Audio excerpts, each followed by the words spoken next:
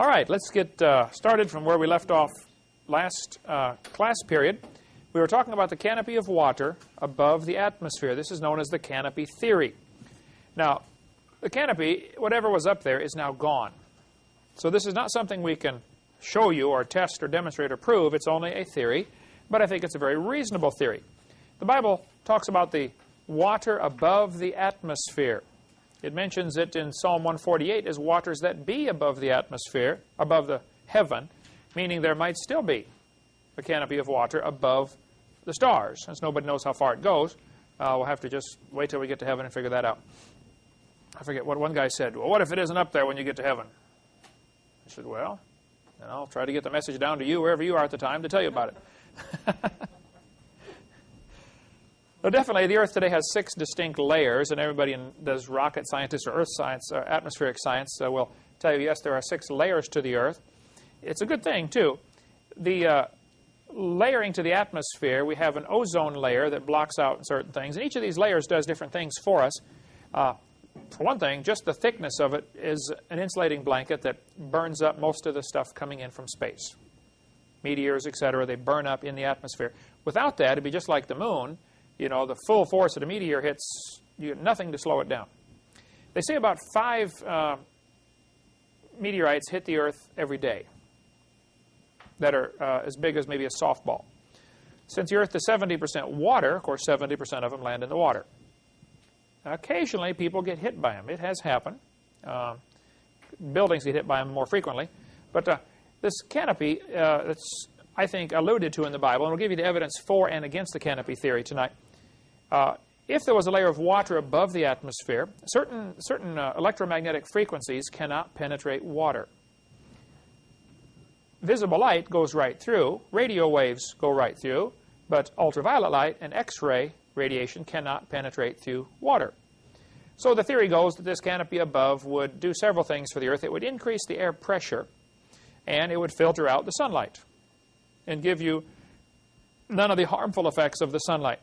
So this, to talk about the canopy theory. The Bible also says there was a layer of water under the crust of the earth. It says in Psalm 136, "To him that stretched out the earth above the waters." You never hear that verse preached on, and I don't know how long it took me to catch that that's in there, but I thought, wait a minute. He stretched out the earth above the waters. What is this saying here? Now, some idiots have tried to say, see, the Bible teaches the earth is flat and it's on top of a layer of water. That's not what it says. It doesn't say the earth is flat, does it? The Bible clearly says the earth is round. Psalm 24, "The earth is the Lord's and the fullness thereof, the world and they that dwell therein, for he hath founded it upon the seas and established it upon the floods." There's another verse indicating when God first made the world, it was built on top of a great body of water. So there must have been more water inside the earth. Now, those who object to the canopy theory, the biggest objection they get, and I talk to many people who do not like the canopy theory. I shouldn't say many. There are a few creationists who don't accept the canopy theory. They will say the reason is if you had enough water up over the atmosphere to rain down and cover Mount Everest, the heat generated would cook the world. Now, see, when moisture turns to water and condenses, it releases heat. If you're turning water into moisture to boil it, it absorbs heat. So when something changes from a solid to a liquid to a gas, there's a heat exchange. So when going from a vapor to a liquid is called the latent heat of condensation. That might be a good bonus question. Latent heat of condensation, it releases heat. Even though it turns to water and it falls down and it feels cool when it hits you, it's actually released heat to go from the vapor to the liquid state. You have to release heat, you have to take heat away to get something to go from a liquid to a solid state, freezing. Okay, so here's their objection. Enough water to cover Mount Everest condensing would fry the world. What are the errors in that logic? You're assuming you have to cover Mount Everest. Mount Everest wasn't there, right. And all of these straw men, these scoffers set up, are easy if you look at it. Wait a minute, Mount Everest wasn't there. The Bible says in Psalm 104, during the last part of the flood, the mountains arose. The mountains weren't there. What's the second problem with this? They're assuming all the water came from up above. Well, the Bible clearly says the earth was founded upon the waters, and that's where most of the water came from. If you read Genesis chapter 7, same day were all the fountains of the great deep broken up, and the windows of heaven were opened. So here, we have, it says the rain was upon the earth 40 days. But if you keep reading in Genesis chapter 7, you'll see the water kept coming up for 150 days. Obviously, it's not all coming from above if it's only raining for 40 days. So they always set up a straw man and say, see, all that water to cover Mount Everest would produce so much heat. And they do all these elaborate mathematical calculations, and they're correct on their calculations about how many joules of heat would be, or energy would be released. And that's all correct, but they've got a straw man set up. Yeah, you're right. It would fry the earth. However, all that water didn't come from above. It only rained 40 days.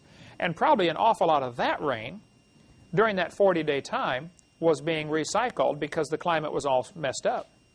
You'd have had evaporation and a rainy cycle started. Some of it might have come down as rain from when the fountains of the deep broke open, the water shooting up into the atmosphere, and it's raining down. So I don't know how much actually came from the canopy. You'd only have to have... People argue about the thickness all the time, so I hesitate to give a number.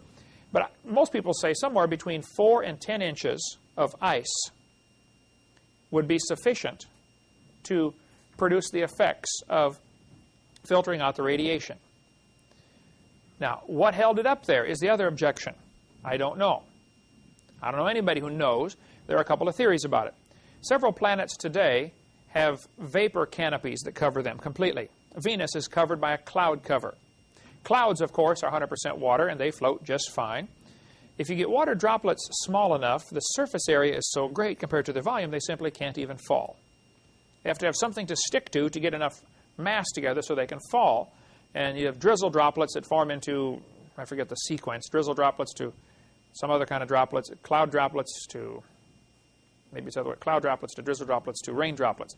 They have to slightly get bigger and bigger, and then pretty soon they fall. Well, most of the water, I think, came from inside the crust of the earth. So the fallacy in the argument is they're assuming all the water comes from the canopy. Not true at all. Most of it came from inside the earth. The earth today still bears scars. The San Andreas Fault, the Mid-Atlantic Ridge, that crack right there is a crack that was 46,000 miles long.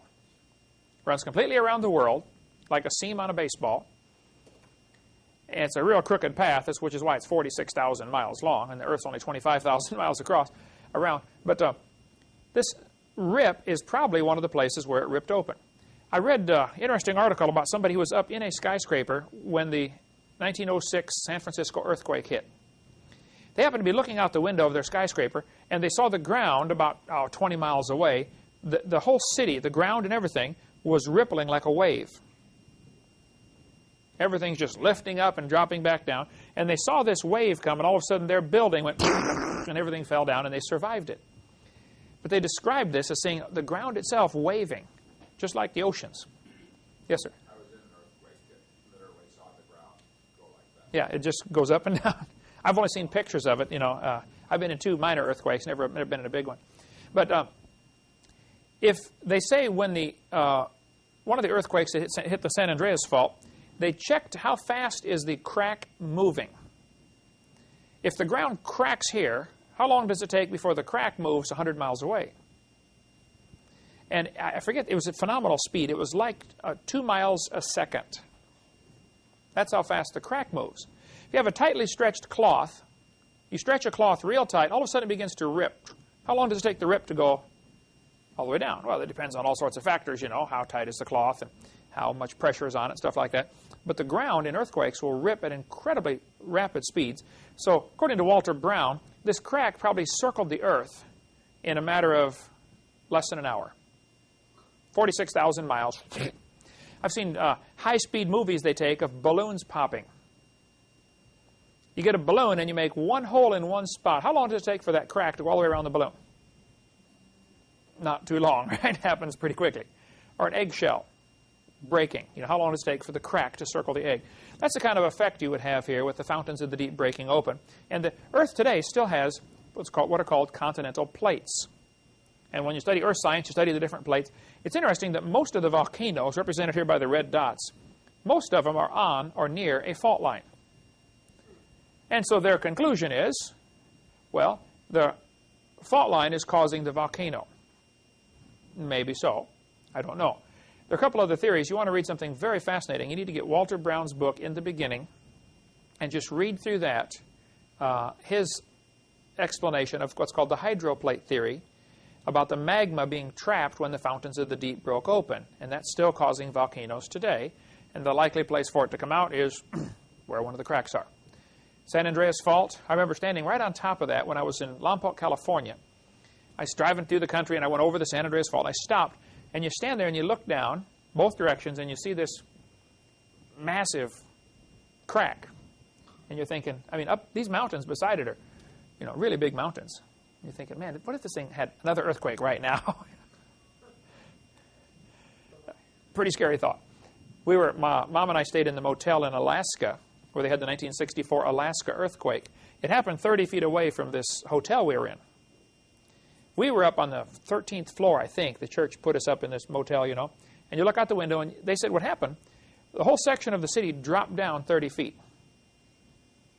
So they just smoothed it out and planted grass, and now there's a hill there, where before it was just flat ground. We were just looking out the window, looking right down that hill, just 30 feet away from here to that, you know, deck.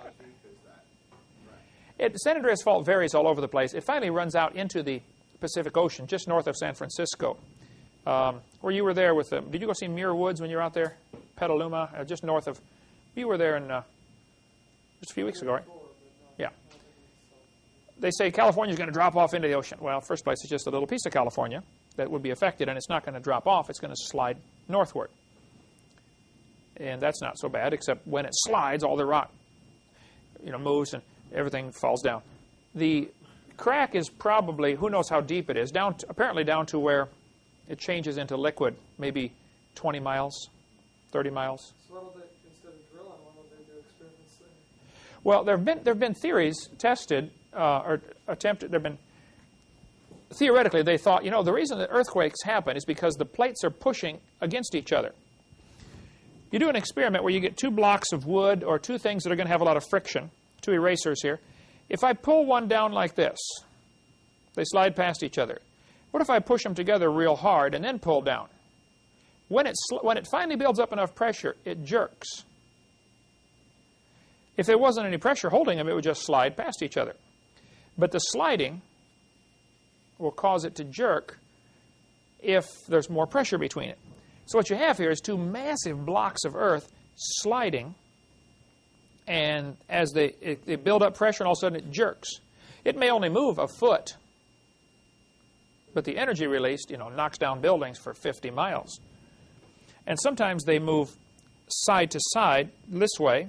Other times one drops down. If one drops down, it'll make a big cliff called an escarpment. They have those all over the world where obviously it had an earthquake and a section, you know, dropped down. There are several different types of fault lines. I used to know them when I taught earth science.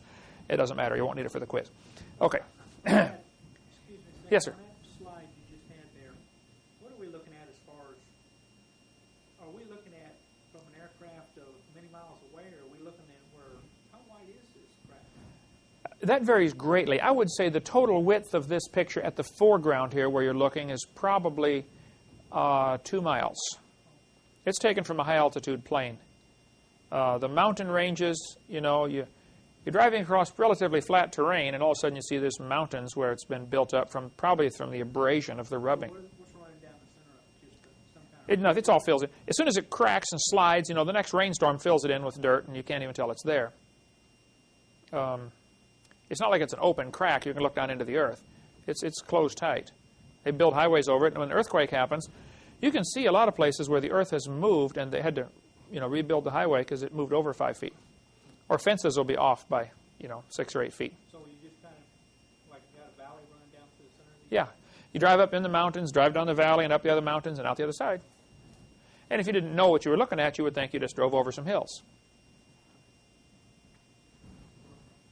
And in some areas, the San Andreas Fault's hardly noticeable. It's not like this all the way along, but an awful lot of it is. Pretty noticeable crack in the ground.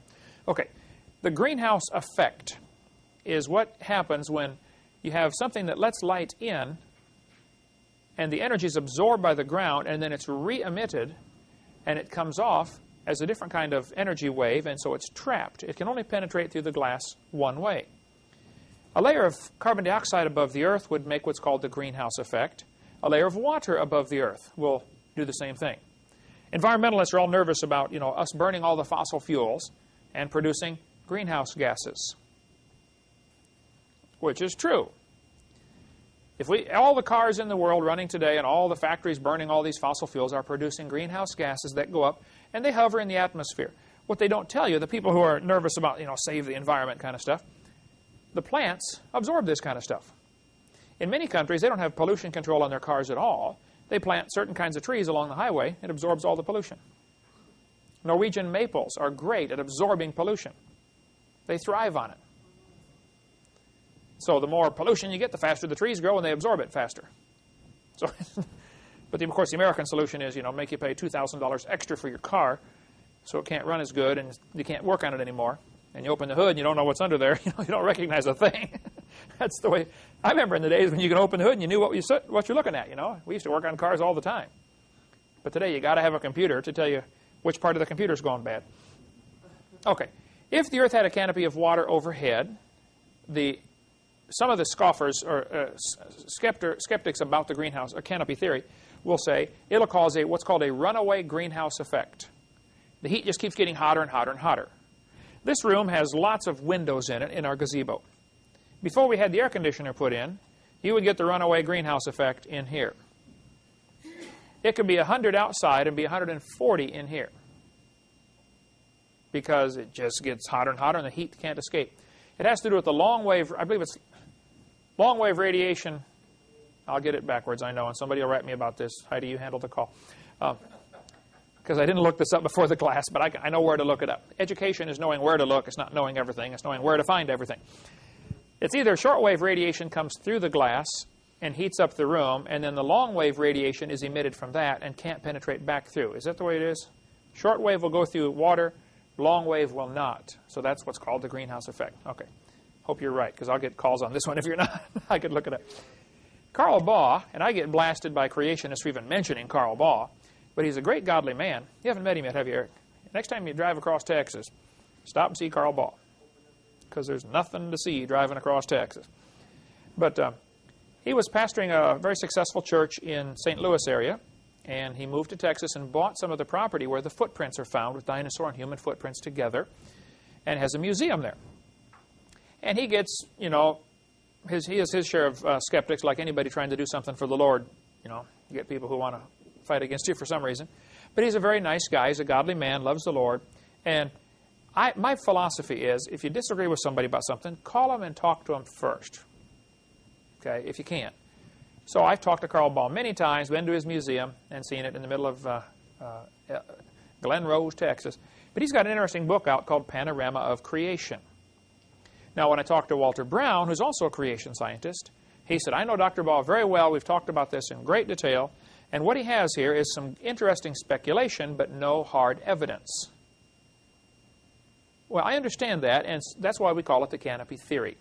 Okay, I can't prove it to you, but it answers some basic questions. Scientists, by the way, I was recommending here that you do get Karl Baugh's book and read it if you're interested. It's about $10. Panorama of Creation. He thinks the canopy of water overhead before the flood would cause several interesting factors. It would be photoamplifier, which means they could see the stars better than we can. For one thing, if you ever look at, you ever been driving on the highway when it's real hot and you see the little lines coming off the highway? That's the hot air is distorting the light coming to you. Well, the air is 200 miles thick over our heads right now, and just looking at a star, the star twinkles because the air is bending the light coming from the star. That is known as atmospheric twinkle. It actually bends the light about 0.046 arc seconds, which, you have a degree and then 60 minutes in a degree and 60 seconds in a minute. So 0.046 arc seconds is not much, and who cares? Anyway, the light gets bent coming from the stars and causes the star to twinkle. If you compressed the air down to, say, 10 miles, 10 miles is still a lot. I mean, I get up in airplanes every week, and we never get over, 4 miles high or 5, maybe 6 miles high. 10 miles is way up there. So let's just assume that the canopy of water, or ice, whatever it was, compressed the air down to 10 or 12 miles. Now you have much less atmospheric distortion because the air is compressed. It's not free to move. And you have no weather patterns. Because what causes the weather is you have hot air masses and cold air masses, and things are moving around. And you couldn't get a thunderstorm in the Garden of Eden, I don't think. If the canopy theory is true and you had extra air pressure, you'd have perfect weather all the time. You'd have springtime all the time if the Earth were not tilted. Today the Earth's tilted over 23.5 degrees. That causes our seasons. If the Earth were not tilted before the flood, and I don't know if it was or wasn't, but this is just a theory, and that it was struck by something that started the flood, which I cover in video number 6, that caused the Earth to wobble around and finally tilt at this new angle they're at today. Before the flood, it would have been March 21st, that type of weather, spring weather, all the time, every place on the globe. Slightly warmer at the equator and slightly colder at the poles because the Earth is still curved and the sunlight would still strike at different angles. So that would still cause some effect. There might even have been some ice caps around the poles that were smaller. There are some animals that seem to be very thoroughly designed for living in cold weather. So some people say, you know, that there was no ice before the flood. I don't know if I'd buy that or not. But they do find some enormous vegetation, fossils, evidence of vegetation at the poles, which we get into on video number 6. Anyway, they got a new theory out that says a lack of oxygen killed the dinosaurs. Now, this article is worth reading the whole thing. Let me read this to you here. Dinosaurs weren't done in by a giant asteroid, as one theory holds, but by a change in the atmosphere that meant there wasn't enough oxygen to support their inefficient respiratory systems. A new theory suggests. A new analysis of air trapped in 120-million-year-old amber found in east-central Minnesota casts doubt on the notion that the dinosaurs starved to death after a giant asteroid hit the planet 65 million years ago, sending up dust that blocked the sun and killed plant life. Dinosaurs were already on their way out by the time the meteor purportedly hit, says Gary Landis, a U.S. Geological Survey geologist, and one of the 4 scientists presenting their theory at the Geological Society of America's annual meeting today. The dinosaurs did not keel over with their feet up in the air, but they found it increasingly difficult to compete in their environment. The theory also carries implications for humans because it presumes that worldwide atmospheric changes can occur 10 to 20 times faster than previously thought. Let me stop right there and make this comment. It would be a neat scrapbook to have, to keep articles every time they say, this overthrows all the old theories. New fossil find, overthrows previous theories. Because there would be one from every week. They're constantly overthrowing some old theory, but they don't ever quite, ever learning, but never able to come to the knowledge of the truth, the Bible says. They don't ever quite get all the way to say, oh, maybe the Bible is right after all. Okay, let's continue here. Landis and his colleagues tested air found trapped in the amber in east-central Minnesota. They found that the proportion of oxygen in the atmosphere fell from a high of 35% to a low of 28% within the relatively short time of between 300 and 500,000 years. It would be like taking a dinosaur for a stroll from sea level to 6,000 to 7,000 feet, Landis said. The oxygen-rich air resulted from volcanic activity, which pumped out carbon dioxide, which was converted into oxygen by plants. Now, hold it. Let's stop right there. Does he know that? I encourage kids, when I go to public schools and speak, I'll read through part of their textbook and I'll say, no, wait a minute. Is this what the author knows or is this what he thinks? You can see where they freely mix their science and their religion all the time. A lot of this is good scientific stuff, and then he mixes in his religious, well, this is what caused it. Now, wait a minute. You don't know that. Okay, let's keep going here. Oxygen-rich air resulted from volcanic activity. I don't think he knows that. Dinosaurs evolved during this time when oxygen was plentiful and had a weak respiratory system, according to the theory known as the Pele hypothesis. Pele is the Polynesian goddess of volcanoes. Now, this paragraph's important. An 80-foot apatosaurus had nostrils the same size as a horse. Now, how is an 80-foot animal going to get enough air through nostrils the same size as a horse? The two things confusing about dinosaurs are their nostrils are too small and their lungs are too small. Those would be two good quiz questions there, Heidi. Two things that indicate dinosaurs had a different environment to breathe in. Smaller lungs, smaller nostrils. An 80-foot dinosaur could not survive today because he simply couldn't get enough air. You ever had a real bad cold and you could barely breathe through your nose, and it's, you know how hard it is to try to get a breath, okay? That would be the problem for the dinosaurs. Their nostrils are too small. We do know dinosaurs lived. We do know they got to be huge from the bones we find. The question is, when did they live? I don't think it's even worth arguing about what they look like. What color were they? I don't care. Don't know. Let them, let the toy makers make them any color they want. It doesn't matter. When they lived, that matters to me. Amber is petrified tree sap. There are several ways things can be preserved as fossils. One is preserved in amber. What are some other ways fossils can be made? Preserved in rock. Preserved in ice. Frozen in ice. Think of any other ways? Formaldehyde. Mummified. There have been things found mummified, just dried out. They died in a dry climate, and so they dried out, turned to like leather, and survived just fine. A lot of fossils we find are petrified by the mineral soaking into the bone. Some are just a casting of the animal. Animal falls in the dirt, makes an impression in the dirt hardens, but he rots. But you have the impression left behind. That's called an impression fossil. And who cares? Anyway, the insects trapped in amber, according to the article here, have 35% oxygen. Now, the air we're breathing right now is about 21% oxygen. This has been tested many times. You can take a candle burning on a little container with water around it, like get a big bowl, put a candle in there, and let the candle burn, and then put a glass over it. But don't have your glass quite touch the bottom of the bowl. Leave it up just a little. As the candle burns, it'll burn up all the oxygen, and it'll actually suck water up into the jar. How many have seen that before? And you measure how much oxygen's gone, and you find out about 21% of the air we're breathing is oxygen. You can also do this with a mouse on top of a little block of wood inside there, and as he breathes up all the oxygen, slowly it comes up, and the mouse, pretty soon he keels over. Then you have to do mouth-to-mouse resuscitation. But the air, apparently, from this evidence, we find the air before the flood was richer in oxygen. Now, if you combine these two possibilities, richer oxygen from pre-flood, of course, I believe the amber formed from the trees that were broken during the flood. When you break a tree, sap's going to ooze out, right? During the flood, you're going to get all kinds of broken trees. And you're going to get sap oozing out every place. Insects are going to come stick on the sap. Sometimes birds are found in petrified amber. Sometimes frogs are found. Insects are by far the most common. Interesting, all the insects they find are exactly like the insects alive today. And they will say, wow, isn't it amazing they didn't evolve at all in 80 million years? They don't even stop to consider that maybe they're not 80 million years old. They don't even stop to consider that.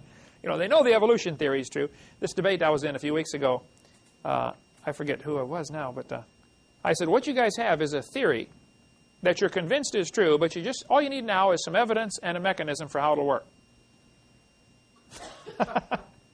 You got the theory down. Now you need some evidence and a mechanism. But it's just so ridiculous that they believe that stuff.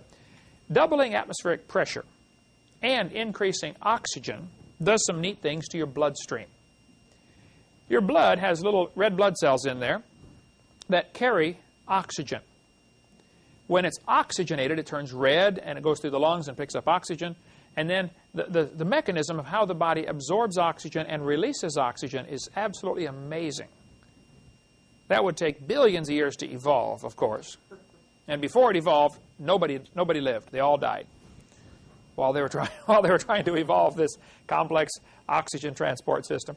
But the oxygen, the red blood cells have a maximum carrying capacity. They can only hold so much.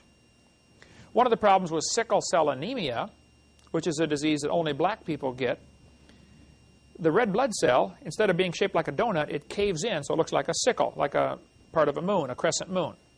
Now you have much less surface area, so it holds less oxygen. So a person with sickle cell is very likely to have a very difficult time breathing, or at least carrying oxygen to the body. And it's very often fatal, people with sickle cell. We had a girl, you don't remember her, Eric, you were too small, but a girl rode our bus in Illinois, in Kankakee. Her mother and her father were brother and sister.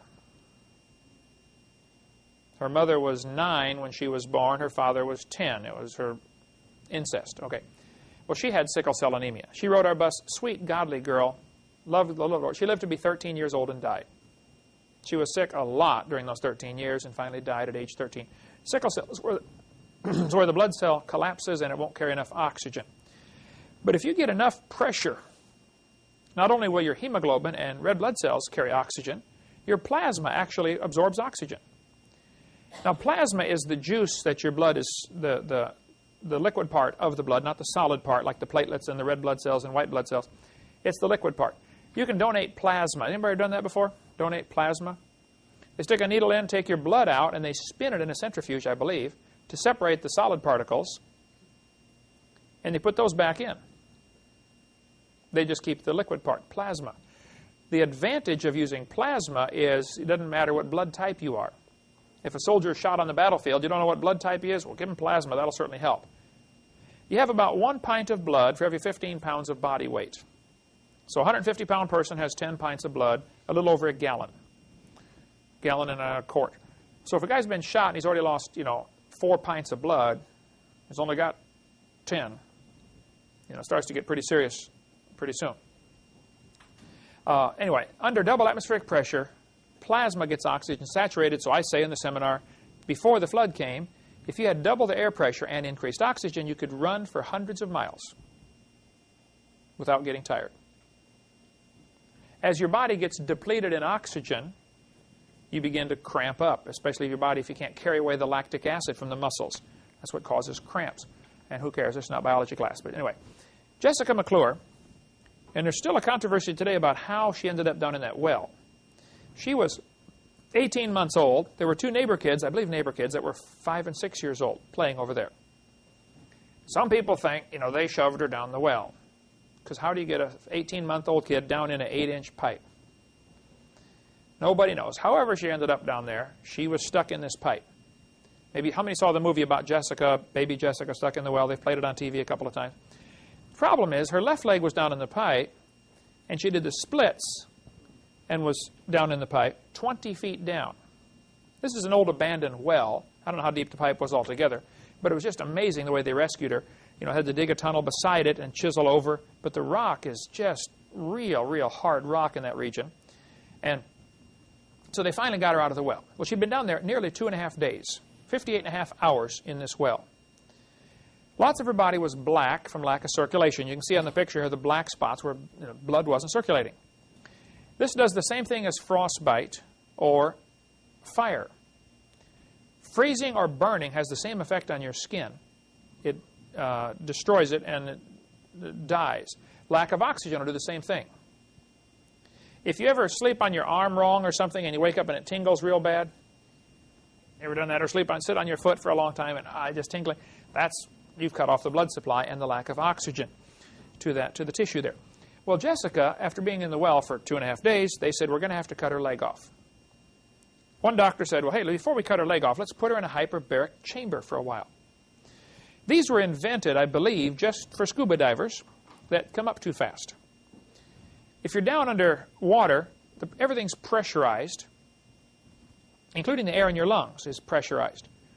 And the air in your blood gets pressurized. So after you're down underwater swimming around, your body gets used to this pressure, and you feel just great. But if you come up real fast, those little tiny air bubbles in your blood grow because the pressure's let off. If you put a balloon in a pressurized chamber, the balloon will shrink down. When you relieve the pressure, the balloon will come back up. It responds to the pressure. What's happening in your blood, these little tiny air bubbles are going around. No problem. Everything's fine. But blood vessels come along, and they split and branch off like tree branches. Every time they split, they get smaller. Eventually, you get out to the capillaries, which are extremely tiny. And there's zillions of those all over your body.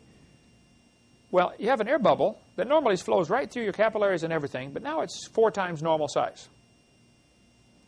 It's going to come along and plug up the hole because it can't fit through the hole. Well, wherever that blood was going is now not getting any blood. And so what ends up happening when a person gets what's called the bends, they get so many of these thousands of little air bubbles all over in their body, it's plugging up capillaries or arteries every place, and it shuts down their circulation. The heart's still pumping, but you shut the valves off. It can't go anywhere. And so you got two solutions. Get them cold.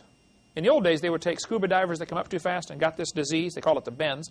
They would put them in ice, put them in a bathtub full of ice. What happens to air when it gets cold? Shrinks. A little more humane solution is put them in a chamber and pressurize it. Now, you have to be careful because when you change pressure on the body, things get hurt. Your eardrums, little piece of skin with air on both sides of it. You build up pressure on the outside, it's going to pop in. You build up pressure on the inside, it's going to pop out. Now, to equalize the pressure, anybody know what the little names of the little tubes are that help equalize the pressure in your ears? Eustachian tubes. Little tiny tube, you won't need that for the quiz, but they go from the inside of your eardrum to the inside of your nasal cavities. So if you're going up and down the mountains, you know, and you're getting, ears are hurting, you hold your nose and blow. By doing that, it blows air through these eustachian tubes and equalizes the pressure. Little rabbit trail, I like to chase rabbits. When babies are born, the slope of the eustachian tube is different because their nose is a different height than their ears. As you grow, these change position a little bit. So in babies, the eustachian tubes are pointed down just a little. So any infection gets in there, runs out to the ears.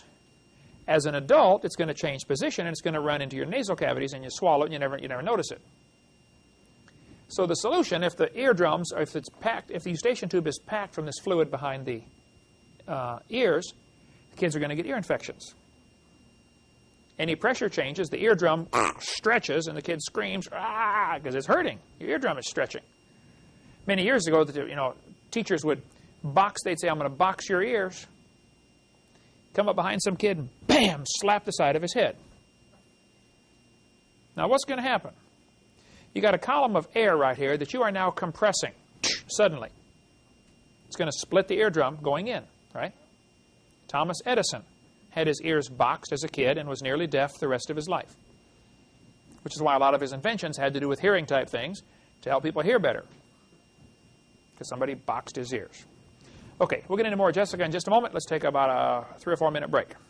All right, let's talk more about these hyperbaric chambers.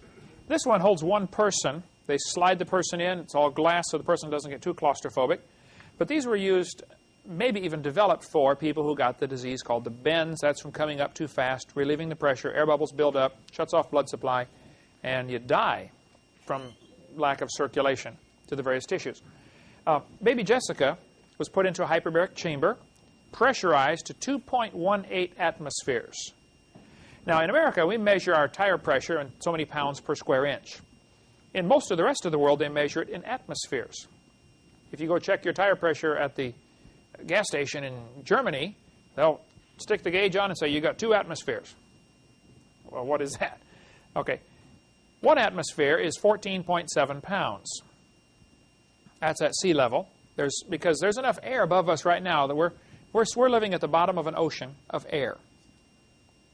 If you get up to the top of the ocean of air, you'll be gasping for breath. You won't be able to breathe up there. And if you leave, you'll really be gasping for breath.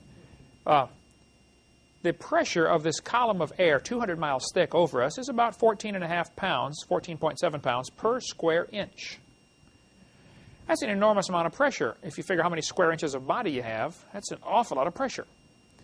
If you take a can and you remove all the air from inside, it'll cave in just because of the air pressure. You do these experiments where you can, drop a piece of burning cloth or burning paper inside a can and put the lid on. As it burns, it creates a vacuum, slight vacuum, removes 20% of the oxygen, sides cave in. Did that stuff for science class all the time. Okay, they put Jessica in one of these chambers and filled it up full of pure oxygen to 2.18 atmospheres. Within a few hours of forcing oxygen into her system, her leg turned pink. Most of her skin was saved. What would have been a very serious illness or a very serious problem from all the lack of oxygen turned out to be fine. The largest chamber in America that I've been able to find is in Pensacola, Florida, University Parkway. In an emergency, they can hold 30 people at a time. There are over 400 hyperbaric chambers in America now. The vast majority are located along the coastlines. Why would that be? That's where most of the scuba divers are going to be, right? Many big cities, though, are getting hyperbaric centers, hyperbaric treatment. I called these folks here. There's their phone number, 850-969-7990. And they said you have to get a doctor's order to get in there. You can't just go try it out. And it's about $16,000 for a complete set of treatments, which is 2.5 hours, I believe, per treatment, and 20 treatments, if I have my facts, or something close to that. So 2.5 hours times 20, how many hours are you in there? 50 hours for $16,000, $800 an hour. And they're going to pump it up to high-pressure oxygen. You could do a similar effects, not quite the same. They do it just by getting helmets, like divers' helmets, like the old-fashioned big metal helmets the scuba divers would wear, and pressurize just what you're breathing. No sense pressurizing your arm. I mean, it's not absorbing any oxygen anyway. So you probably could do this a lot cheaper. And some places have just the pressurized hyperbaric helmets that you wear. In West Germany, they're treating stroke patients with hyperbaric treatments. Because a stroke is a blood clot or something that stops circulation to part of the brain. And so since its lack of circulation is the problem, you pressurize oxygen and healing takes place much faster. In England, they're treating multiple sclerosis with hyperbaric treatments and getting amazing results. In France, they're treating diseases like arthritis with simply forcing oxygen into the system. In India, they treat leprosy. There's a couple of websites here, hyperbaric.com, if you want to check it out to learn more about hyperbaric treatments, or the email hyperbaric1@earthlink.net. But you can get information. Yes, sir? Actually conduct surgery in hyperbaric chambers. Duke University has a chamber actually about 2/3 the size of this. Who has one? 2/3 the size? Duke University? And they conduct surgery inside the chamber. So the doctor and everybody's pressurized. Interesting. This is a fascinating article. I'm tempted to read the whole thing. Let me just read you a few key ingredients out of here. Oxygen halves, or cuts in half, the infection rate. They said right here, the air is about 21% oxygen, but patients routinely get 30% oxygen during and after surgery because lungs don't work well under anesthesia. The study tested whether a richer mixture would improve the outcome. It says they boosted oxygen to 80%, and it made a tremendous difference. Normally, surgery is done with a patient breathing oxygen, but he's only breathing 30%. They said, let's try it at 80%. Everybody was worried the lungs would collapse, but they found absolutely no problems in the study. It tells about it here, just released a few months ago. It says in this circle here, there was also an unexpected benefit. Patients who got extra oxygen were half as likely to be nauseated after surgery. Interesting. And it's just fascinating to read the whole thing about, I would recommend when you get the videotape, just hit pause right there and read that article because it's really interesting.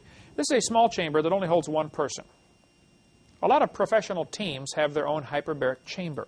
Dallas Cowboys have one, New York Jets. Now, why does a football team need a hyperbaric chamber?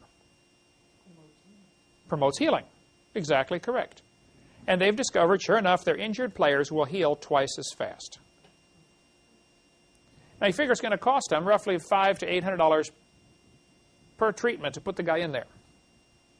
But if that gets him back on the field 3 weeks earlier, and you're paying him $10,000 a minute to go out there and play with that ball, you don't care what it costs to get him well. You want him well, right? You want to get your own chamber to keep at home? This is a hyperbaric sleeping bag. Michael Jackson has, Michelle Jackson has one of these. Says it's going to make him live forever. You can't quite get up to double atmospheric pressure, but you do get much higher oxygen. How do you get oxygen in it? Well, it's got a little oxygen cylinder. It pumps it in.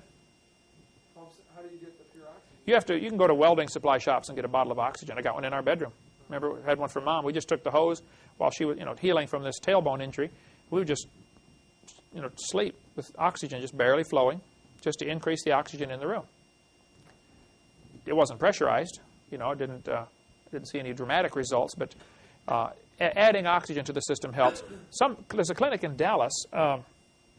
It's in my seminar notebook. If you get the seminar notebook, the section in there about cancer called oxidative therapy. One of the things they use to help treat people with of all sorts of diseases is add hydrogen peroxide to their water and drink it. Hydrogen peroxide is H2O2. Water is H2O, so hydrogen peroxide is an extra oxygen is all it is. And when it breaks down, it turns into oxygen and water. I've drank it many times, not pure. I'll take a glass of water, and now if you get, Walmart hydrogen peroxide, it's only 3%. 97% of what you buy is, if you're buying a bottle of water, 3% is hydrogen peroxide. At some drugstores, you can still get 30% hydrogen peroxide. That's the strongest I've heard of, available, over the counter. But some of the drugstores, in the old days, they would sell hydrogen peroxide, 30%, and people would, just rub it on their head and bleach their hair out. If you gargle with hydrogen peroxide straight out of the bottle from Walmart, it's only 3%. It kills. You feel your mouth foaming up. All the germs and stuff are being killed. What's the toothpaste that it's got? Hydrogen peroxide is a big thing now to add into toothpaste because it kills germs. And germs are a living organism. Germs get on your teeth from the food you ate, and they're attacking the food, trying to break it down. They're doing their job. The problem is the germ is a living, breathing organism. Eats, sleeps, reproduces, and goes potty. But guess where he goes potty at? In your mouth. That's where he's living. And so that's the primary cause of bad breath is bacteria doo-doo. Good motivation to brush your teeth when you're done eating, right? You got a few bacteria in there, don't you? Yeah. There's a website that sells all sorts of things, but topicsgallery.com, T-O-P-I-X, if you want to read more on hyperbaric chambers. Just listen to this one testimony. This person says, I have never felt healthier or more rejuvenated than I did stepping out of this chamber for the first time. My skin was tingling. My nerves were calm for once, and I had a clarity of mind unfettered by stress and worry. We may not have found the proverbial fountain of youth here, but this is as close as it gets. By increasing the uptake of oxygen in the body, the hyperox chamber has been clinically designed to help the body function better. There's a lady who goes to Calvary Baptist Church here in Pensacola over on by the fairgrounds. What's the name of that road? Pine Forest Road. Okay. She, little short lady, she was in some kind of bad accident, and they said she's going to die anyway. Let's put her in a hyperbaric chamber. And you're not supposed to be in for more than a couple hours. They put her in there and left her in for 56.5 hours. And she says that is probably the world's record for anybody being under hyperbaric treatments. High-pressure oxygen, 56.5 hours. I believe she said she was in there 58 hours or something. I don't know. Maybe I'm getting Jessica confused because it's real close to the same. But she's fine today. No, not blind. They worried about extra oxygen causing blindness. She says, I have absolutely no side effects. Why would oxygen... I'm not sure how the oxygen makes blindness. You know how that... I don't remember all the ins and outs. My late wife, they used the hyperbaric for her problems, and that was one of the concerns. One of the concerns was blind. I think it's capillaries in the eyes itself. It's actually, I guess, a contraction or something. Mm-hmm. I don't know what the deal was, but there was... That's one of the things with diabetes, too. The circulation, they lose extremities, toes, fingers, legs, and eyes also often go with diabetes. But these chambers, you get in and pump it up. Of course, you probably have to have somebody else put you in and out, of the chamber. They now have a new model with slightly larger window, so people wouldn't get quite so claustrophobic. But it's about $3,500 if you want to get one. Carl Baugh is the only source I have for this information. And some people say, where's the evidence? I want to see the evidence. I don't know that I can prove this. I'll just say, call Carl Baugh. I've seen in his office when I was there pictures, and I don't have a picture. All I have is a drawing. But there is a picture from a magazine in Japan of experiments done by Dr. Kei Mori at Keio University. And this is all right on the newspaper article there that he's got hanging on the wall. I photographed it. It didn't come out very good. Hardly visible on the photograph that I took with the $10 camera I bought for the occasion. But I'll try to get a better picture. The story says that Dr. Mori was, of course, in Japan, property is extremely expensive, and a little bitty apartment may cost you $2,000 a month, So he lived in a basement apartment. No windows. But the Japanese like to raise plants, little bonsai plants and all this kind of stuff. So he started raising a tomato plant in his basement, but had no windows. Since he worked at the university, he got a piece of fiber optic cable from the physics department. And he ran the fiber optic cable from the roof down through the wall to light his plant. How many have seen those? Mom has one on the piano, doesn't she, where the lights turn under it and the little fiber optic, looks like a little tree, the light comes out the end of the fiber optic cables. He was lighting his plant with fiber optic cable. The plant began growing faster than normal and producing more fruit than normal. So he thought, wow, why is this happening here? He theorized that possibly the fiber optic cable only allows in light, it won't allow in ultraviolet light. It's blocking it like sunglasses block UV light. And so he moved this plant to his university and put a plastic shield over it, which would do the effect of blocking out UV light, like sunglasses, okay? A UV blocker. He also knew that plants breathe carbon dioxide, and so he built a little sock around the stem of the plant that he could pressurize with carbon dioxide. Kind of like pumping up a little tire around just the stem of the plant, not the leaves, okay? If he could have done the leaves, it would have been much better, we assume. He pressurized CO2 to the stem of the plant.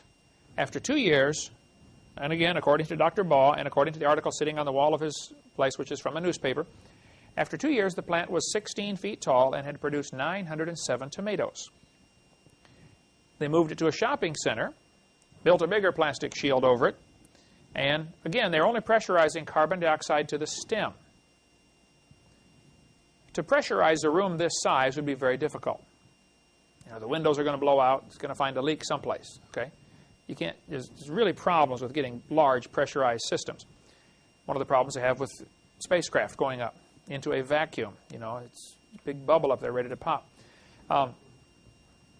The story goes that they still have these seeds for sale, and it's still a big deal in the town of Otama and Aki. They need to learn to get real names over there, for like Chicago, stuff like that.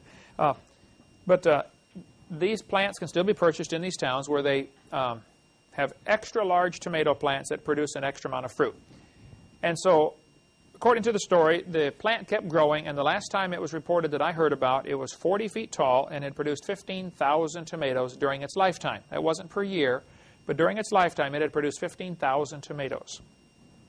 Now the tomatoes, it's a cherry tomato plant, but his were baseball size. I mentioned this in my seminar, and a guy came to see me from University of Terre Haute, Indiana.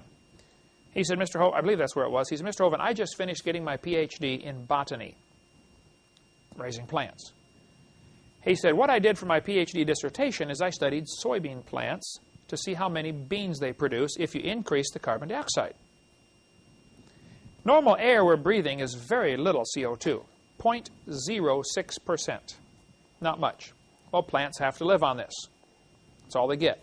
And they don't have lungs, they can't breathe it in. They got to wait till it drifts by to absorb it. Well, if you pressurize CO2 and you increase the percentage, plants are going to grow like crazy. Now, the more plants grow, what do they put off? Oxygen. That's why you always feel refreshed when you go walk into a forest, invigorated, like, wow, They say if you put real plants in an office building, everybody works better because they get more oxygen. They stay alert longer. The increased CO2, this guy told me he put 0.09% CO2. Instead of 0.06, it's 0.09. 50% boost. He said his PhD dissertation dealt with this topic. He said his soybean plants produce twice as many berries. They call them a soybean berry. Twice as many berries as regular plants. And he said, I only gave it a 50% boost, and I didn't even pressurize it. It'd be a neat science fair experiment for some kid to do, would be to raise some plants inside a terrarium, glass cover, as a control, raise identical plants in another one, and every morning break off a little piece of dry ice and drop it in. Dry ice is solid carbon dioxide. And that's what plants breathe. As it vaporizes, it'll produce lots of CO2 in there. Plants can only use so much. It's like you say, would my car run faster if I had a 400-gallon gas tank? No, it can only use so much at a time, right? And plants can't use, 100% CO2 wouldn't help more than 50%. Somewhere along the line, you would reach what's called the point of diminishing returns. I don't know where that is, but that needs to be experimented on. If you try, 0.09, 2%, 3%, and see where it starts to lose effectiveness, because now you've reached the saturation point. The plant just can't absorb anymore. But that'd be a neat experiment for some kid to do for a high school science fair project. Okay, so the cherry tomato plant indicates that things were very different before the flood. I suspect this canopy of water explains why we had so much vegetation. Dr. Eugenia Scott is the president of an organization who's dedicated to keeping creation out of public schools. It is called the National Center for Science Education. The liberals and the communists always pick some name like that, for the people, or the American way. They always make it look like they're good guys. Just by the name, they try to deceive people. National Center for Science Education is actually a private organization started by Andrew Carnegie to keep creation out of the schools. I suspect there's a bigger picture here. Our founding fathers believed that we've got rights that come from God. And when you get folks believing they have rights that come from God, they don't make good slaves. And so if you want everybody to be enslaved in a new world order, you have to get those people to believe there is no creator, and your rights come from the government. So evolution is really an essential teaching for those who would like a one-world government. And guys like Carnegie, the billionaires, they would like all the money in the world. They have most of it, now they want the rest. Okay? And so it's to their advantage to make sure evolution is taught, because it keeps the people dumber and keeps them easier to enslave with the big government programs. Okay. Dr. Eugenia Scott, anyway, is the president. I debated her on the radio in November of '93. During the 1-hour program, and I've got the audio tape of it, I believe I got to speak about 9 minutes. She monopolized the entire conversation. I was trying to be a gentleman, assuming she was a lady. Next time, it'll be different, Jeannie. Let's try it again sometime. I will demand equal time, okay? Anyway, she said in this debate, she said, now, Dr. Hovind, you say the Earth is only 6,000 years old. Do you realize, and here's a quote from her, there are 80 separate layers of coal in the Midwest. Let me stop right there and say, she's right. If you look at the amount of coal in the world, the entire biomass of the world today could not possibly be converted to that much fossil fuel. Let me stop again and say, she's right. Trees and plants and grass, when you smash it under enormous weight and pressure, turns to coal. Nobody argues that coal comes from plant material. I don't know, maybe a few out there, but I don't know anybody who disagrees with that. Okay, almost everybody agrees plants turn to coal if they're buried deep enough. It is true, if you took every tree in the world today and buried it, you couldn't produce all the coal we have. Two true statements here. 80 separate layers of coal. There's not enough trees today to make all that. She said, there had to have been an enormous amount of time involved. Oh, stop right there. What's the problem with her logic here at this point? What? Doesn't take a long time to make coal. Assuming a constant production of biomass, but a major assumption is she's looking at the world today, which is 70% underwater. Was it that way when God created it? Where was most of the water that today is in the oceans? Under the crust of the earth. Let's just assume the earth had several conditions different when it was first made. Let's just assume that it was only 20% oceans and 80% water, or land. And let's assume there were no massive ice caps and no massive deserts. And let's assume you had greater plant growth per acre because you have increased air pressure from a canopy and you have richer CO2. Now you're going to get 50 times more vegetation per acre and zillions of acres available for this vegetation to grow on. People often make the assumption, Eric, when you get into debates and stuff, that they will say, how did he get kangaroos all the way from Australia to Noah's Ark? What are they assuming in that sentence? Assuming they had to start off in Australia, right? And they're assuming Australia was separate from the rest of from the world. They're assuming there wasn't Australia. Assuming there wasn't Australia, right? People say, where was the Garden of Eden? I don't have a clue. They say, well, it had to be near Baghdad because, you know, they got the Tigris and Euphrates River. Now, there's a faulty assumption in that. They're assuming it's the same river mentioned in the Garden of Eden, in the Bible. Didn't people come from England, come over here and settle this place and call areas New York, named after York? Is that the same place? No. It reminded them of that place, so they gave it that name, right? New Hampshire.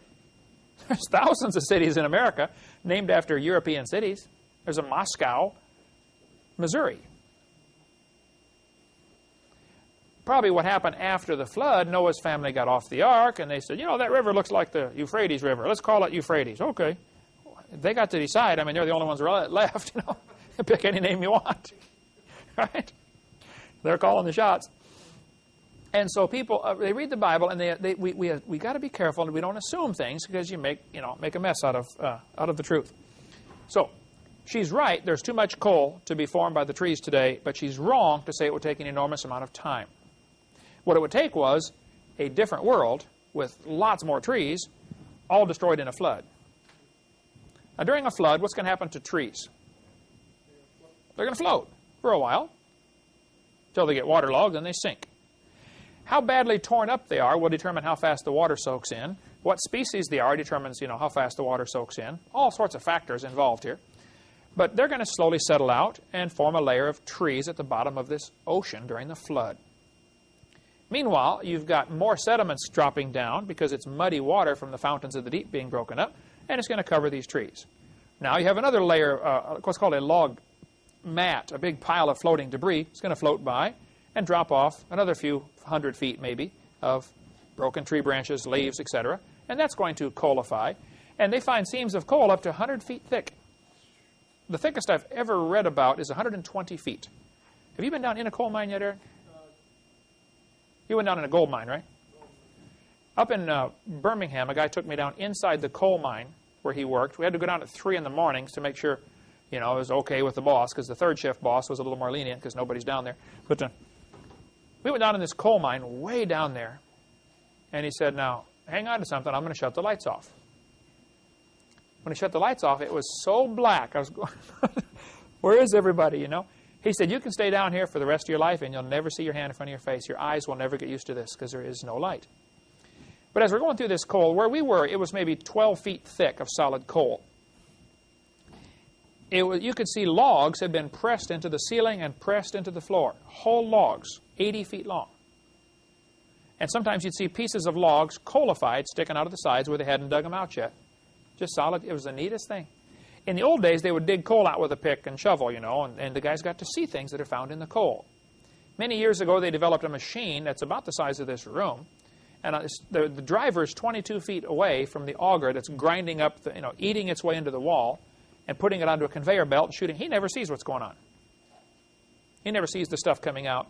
So if any human artifacts are found buried in coal, they're very unlikely to be found today, just because of the way coal is mined. But in the old days, lots of things were found in coal. Okay, next week we will try to finish up on the canopy, what it may have been like before the flood, and what some of the effects were. Why did they live to be 900 years old? How do we find these giant animals, giant insects? And I've given you some of the evidence against the canopy theory, the complaints they have. We're going to give you some of the evidence for the canopy theory. One of those would be, we find amber with increased oxygen. Something was different. We find evidence of animals like dinosaurs that have small lungs, small nostrils. They had to have greater air pressure and or greater oxygen concentration. Those are two of the lines of evidence that there must have been something different before the flood. The biggest line of evidence, I think, for the canopy theory is the Bible says there was water above the atmosphere. What's the size of insects, the size of things? We'll get into that next week, right? The insects are found that are gigantic, and they can't absorb oxygen today because of the surface area to volume ratio problem. We'll get into all that next week. Thank you so much. Dismissed.